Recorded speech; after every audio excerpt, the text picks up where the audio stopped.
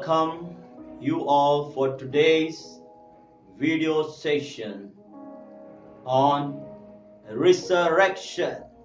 He is alive. आज का video session में आपका सबका स्वागत करते हैं और आज का विषय यह है पुनरुत्थान। वो जिंदा है।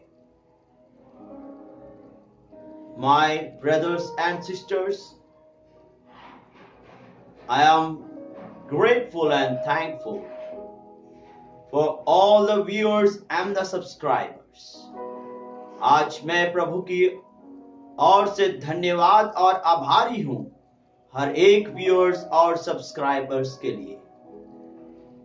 यदि अब तक आपने सब्सक्राइब नहीं किया है, till now if you have not yet subscribed, go and subscribe my YouTube channel. यदि अब तक आपने सब्सक्राइब नहीं किया है, बहुत जल्द उस YouTube के सब्सक्राइब बटन को दबाएं। Today we are going to look on the topic of resurrection. हमारी विषय है पुनरुत्थान. It is about the resurrection of Jesus, who is alive today and forevermore. आज जब हम पुनरुत्थान के बारे में कहते हैं, वो यीशु मसीह की पुनरुत्थान है, जो वो जीवित हैं आज और अनंत काल तक जीवित परमेश्वर है। The Christian believers celebrate the resurrection of Jesus Christ. मसीही विश्वासी जन पुनरुत्थान प्रभु यीशु मसीह की उसका आनंद उठाते हैं, उसकी महिमा करते हैं। As many of the Christians celebrated this as the Easter day or as an Easter Sunday. बहुत अन्य मसीह लोग जब हम देखें, वो उसके दिन वो ईस्टर रविवार कहते हैं। But this is not according to the word of God where the Easter word is being used. हम प्रभु के वचन में ईस्टर शब्द उपयोग किए हुए नहीं देख सकते हैं। We can find the word resurrection of our Lord Jesus Christ. पर हम प्रभु के वचन में यीशु मसीह की पुनरुत्थान के बारे में जान सकते हैं। Paul the apostle reminded us that according to 1 Corinthians 15 verse 13 and 14, पौलुस प्रभु यीशु की पुनरुत्थान के बारे में हमें ये याद दिलाता है, जैसे पहले कोरिन्थियों 15 का उसका 13 और 14 में क्या लिखा है, आए हम पढ़ें। As it is written, but if there is no resurrection of the dead, not even Christ has been raised. And if Christ has not been raised, then our preaching is in vain, your faith also in vain. Hindi में ऐसा लिखा है, यदि मरे हुओं का पुनरुत्थान है ही नहीं, तो मसीह भी नहीं जी उठा, और यदि मसीह नहीं जी उठा है, तो हमारा प्रचार करना भी व्यर्थ है और तुम्हारा विश्वास भी व्यर्थ है। So my brother and sister, here Paul is reminding that as we are preaching about the resurrection, it tells us that Jesus Christ is been risen. So our preaching is not in vain. Our faith in him is not in vain. यहाँ पे पौलुस जब इस वचन को लेकर याद दिलाते हैं, वो यहाँ पे यही कहना चाहते हैं कि वो यीशु मसीह मरों में से जी उठा है, वो पुनरुत्थान यीशु है। इसलिए हमारे प्रचार कभी व्यर्थ नहीं जाएगा, हमारी विश्वास व्यर्थ नहीं है, क्योंकि वो जी उठा यीशु मसीह है। The resurrection made it possible for Christians to receive the power of Christ's life living in them. पुनरुत्थान ने मसीह के लिए ये संभव कर दिया है कि वे अपने अंदर रहने वाले मसीही के जीवन की शक्ति को प्राप्त करें। The resurrection sealed the Lord's promise that all those who believe in Him will experience resurrection life and share in eternity. हम पुनरुत्थान से प्रभु के वायदे में ये मुद्रांकित कर दिया है कि वहां पे उस पुनरुत्थान का जीवन, ताकि हम जो दिया गया है उस पर हम विश्वास करते हुए उस पुनरुत्थान की जीवन का और अनंत काल की जीवन का साझा हम कर पाए। So we are going to focus on mainly 2 points on the resurrection. हम 2 मुख्य विषय के ऊपर ध्यान देंगे। Number 1 is reason of resurrection. पहला यह है पुनरुत्थान का कारण। The second point is 5 benefits from resurrection. दूसरा हमारा विषय ये होगा कि पुनरुत्थान से 5 लाभ क्या है। Let's focus to the first point about the reason of resurrection. There we can see about the 2 reasons.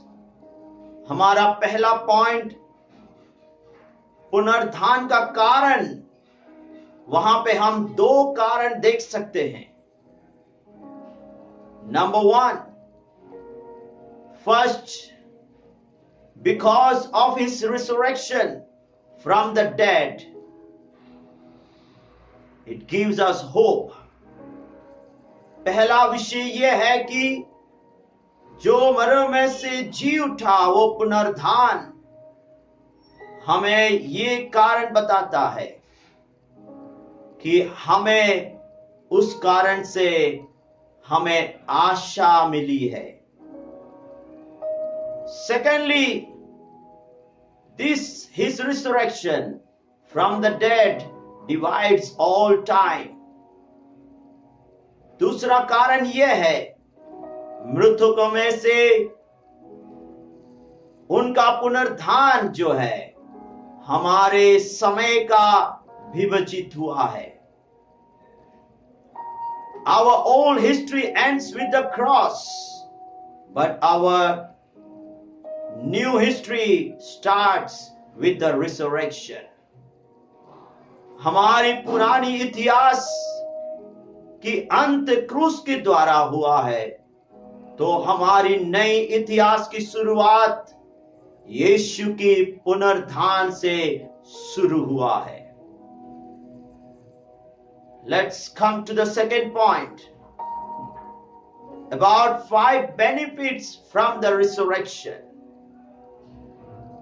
हमारी दूसरी पॉइंट है कि पुनरुत्थान से 5 लाभ क्या है। Let's focus to that point. हम उसमें हम केंद्रित करें। For that, Acts chapter 5 verse 30 it says, and God raised Jesus from the dead to give you among others these 5 benefits, ताकि परमेश्वर ने यीशु मसीह को मरे में से जिलाकर हमें और अन्य लोगों को ये 5 लाभ हमारे लिए दिए हैं.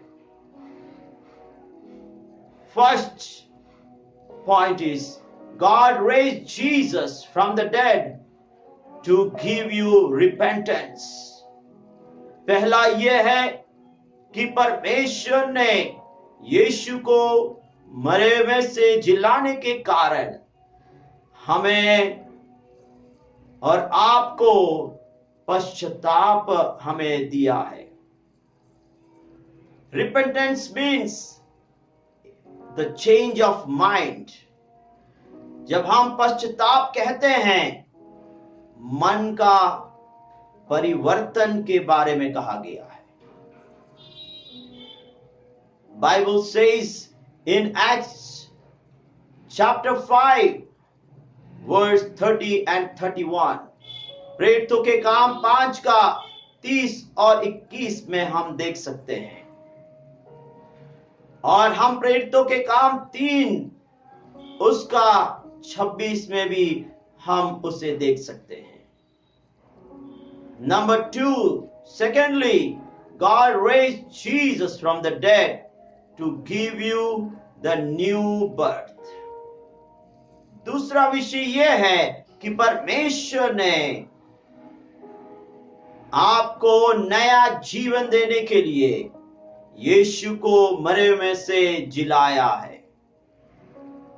We can see in the Bible in 1 Peter chapter 1 verse 3 and in Ephesians chapter 2 verse 5 and 6.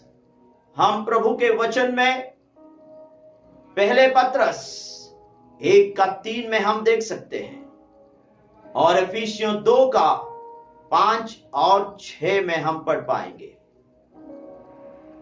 The third benefit, thirdly, God raised Jesus from the dead to give you justification.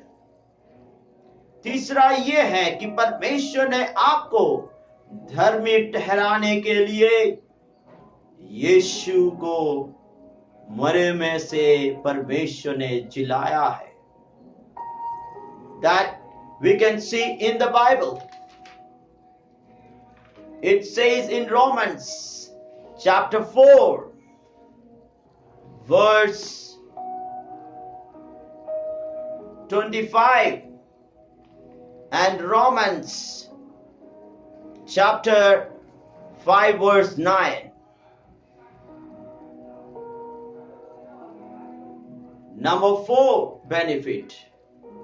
Fourthly, God raised Jesus from the dead to take his blood into the holy of holiness in heaven.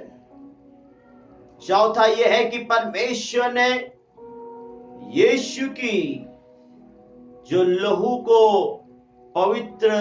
पवित्रों के स्थान में ले जाने के लिए हम in the Bible we can see in Hebrew chapter 9 verse 7 and in Hebrew chapter 9 verse 11 and 12. ये हम परमेश्वर के वचन में इब्रानियों 9 का 7 में और इब्रानियों 9 का 11 और 12 में हम पढ़ पाएंगे. The last benefit, the fifth benefit through the resurrection. The fifth one is God raised Jesus from the dead to become your and our high priest in heaven. परमेश्वर ने यीशु को वो मृत्यु में से इसलिए जिलाए ताकि वो आपका और हमारा महायाजक बन के रहने के लिए. Bible says in 1 Timothy chapter 2 verse 5 and in Romans chapter 8 verse 34. हम प्रभु के वचन में पहले तिमोथियो 2 का 5 में और रोमियो 8 का 34 में हम वो वचन पढ़ते हैं. In Romans 5 verse 10 it says, we shall be saved by his life. Romeo 5 का 10 ये कहता है कि हमारे जीवन में उसकी उद्धार यीशु मसीह के द्वारा उसके जीवन प्राप्त होने के कारण मिला है. Jesus is praying right now for you to be saved. यीशु मसीह आज भी वो हमारे लिए, आप लोगों के लिए प्रार्थना कर रहे हैं ताकि आप उद्धार प्राप्त करें. In Colossians chapter 3 verse 1 and 2 it says, so my brothers and sisters, think which is in the above, not down in the earth. वहां पे कोलोसियों 3 का 1 और 2 ये कहता है कि हम ऊपरी की विषय के ऊपर ध्यान दें, बल्कि धरती की विषय के ऊपर नहीं. So at last I want to say you, resurrection has given us hope, has given us to live. वो पुनरुत्थान हमें आशा दी है और हमें जीने के लिए बल और सामर्थ्य दी है. So in English there is a chorus like this, because he lives, I will face tomorrow. अंग्रेजी में ऐसा गीत की शब्द ऐसे हैं, ताकि हमारा यीशु मसीह जीवित है तो मैं मेरे जीवन में आने वाले सारे विषयों को मैं जीत कर आगे बढ़ूंगा. Has through Adam all died, but through the resurrection of Jesus Christ we will be alive, and he is alive today, the coming days and forevermore.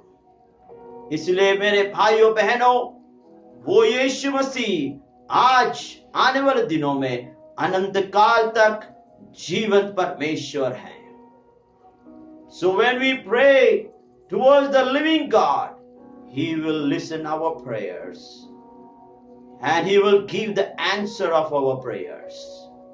इसलिए हमारे यीशु मसीह जो जीवंत परमेश्वर है, जब हम प्रार्थना करते हैं वो हमारी प्रार्थना को सुनता है और हमारी प्रार्थना का उत्तर देता है.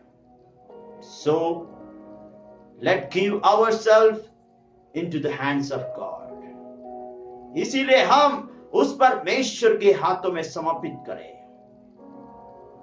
that God may give you a abundant life through the power of the resurrection. ताकि आज उस बल और सामर्थ के द्वारा वो आपको बल और सामर्थ से भर देने पाए. God bless you. प्रभु आपको आशीष दे. आमेन, आमेन एंड आमेन.